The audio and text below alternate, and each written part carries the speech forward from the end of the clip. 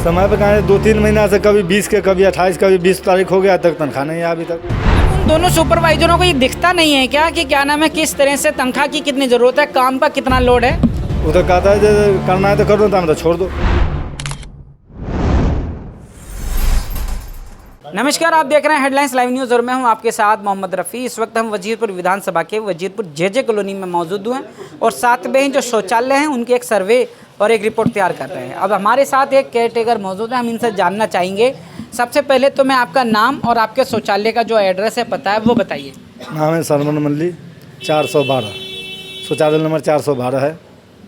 ऊपर अकेले मैं ड्यूटी करता हूँ, सफाई भी केयर टेकर भी। अच्छा, सफाई भी और केयर टेकर आप ही हैं? अकेले। कितने सीट का शौचालय आपका? 20 सीट का। 20 सीट का शौचालय? हाँ। और कोई और सफाई कर्मचारी नहीं है, उस पर कोई नहीं है। मतलब आप अकेले ही चलाते हैं? अकेले चलाते। 20 सीट का शौचालय है, केयर टेकर भी हैं और सफाई कर्मचारी? दोनों काम अकेले करते हैं। कितना टाइम देते हैं आप?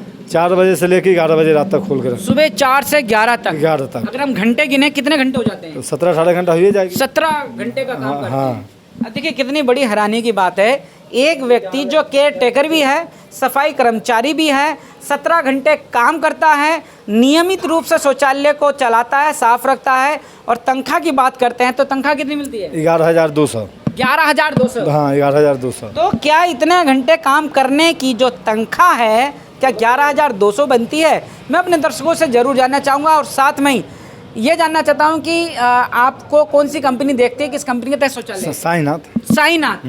मतलब कि हम जिस भी शौचालय पर जा रहे हैं साईनाथ के ही सारे शौचालय हैं। और साईनाथ की अगर हम बात करें तो साईनाथ के लिए अब क्या कहूँ मैं कि साईनाथ किस तरह से जो अपने सफाई कर्मचारी, अपने केयर टेकर के साथ जिस तरह से बर्ताव कर रही है कि काम का लोड 17 घंटे का देने के बाद भी और 20 सीट पर एक व्यक्ति को जिम्मेदारी देकर भी तनख्वाह पूरी नहीं दी जा रही है, एक न्यूनतम वेतन नहीं दिया जा रहा है। अब बात करते हैं कि तनख्वाह क्या समय पर मिलती है?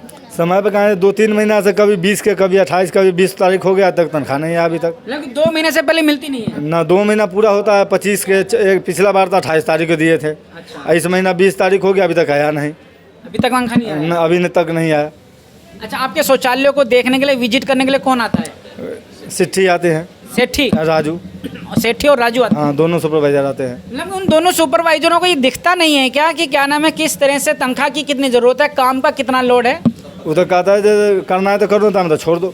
अच्छा, उस पर भी धमकी देते हैं? हाँ। वाह जी वाह। मतलब कि इतना काम का लोड, तनख्वाह कम, उसके बावजूद भी धमकी से काम करा लेना, ये तो जो है अपने आप में हैरान करने वाली बात है। लेकिन साईनाथ और जो सुपरवाइज़र हैं सेठी, और उनको ये सोचना चाहिए कि किस तरह से करके शौचालय चलाए जाएंगे। क्या इन्हीं नियमों के हिसाब से डूसू ने इन्हें शौचालय दिए हैं? अब सवाल मेरा आपसे आखिरी लेना चाहता हूँ। अब हम शौचालय की व्यवस्था की बात करते हैं। 20 सीट का शौचालय, क्या हर सीट के अंदर लाइट है? लाइट नहीं है। हर सीट में लाइट नहीं है। हर सीट में नल है? नल तो सब में लग गया। हर सीट में? हाँ। पानी आता है उनमें? हाँ, पानी आता है। रिपेयरिंग हुआ है तुरंत, अभी तो चालू 10-15 दिन पहले किया हूँ। अच्छा। 20 दिन तो सब में नल लग गया है। ये जो सीवर लाल ब्लॉक है, जो टूटा हुआ है, जो पानी जीरा तीरा बह जाता है, तब लड़ाई झगड़ा होता है, मारपीट करता है लोग, पब्लिक हमको गाली देता है। सीवर लाइन बदलने के लिए कहा तो बदल का ठेकेदार कहता है हम कहा अंडर में नहीं बदलेंगे। अच्छा। जय साहब के बोले तो बोले हो जाएगा, अभी तक हुआ नहीं। चालू करवा दिए।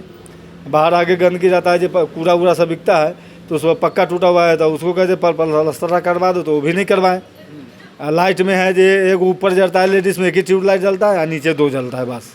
अच्छा, एक लेडीज में जलता है और जेंट्स में 2 जलता है? 2 जलता है बस यही तो लाइट है। हाँ। और लाइट तो रहा ही नहीं।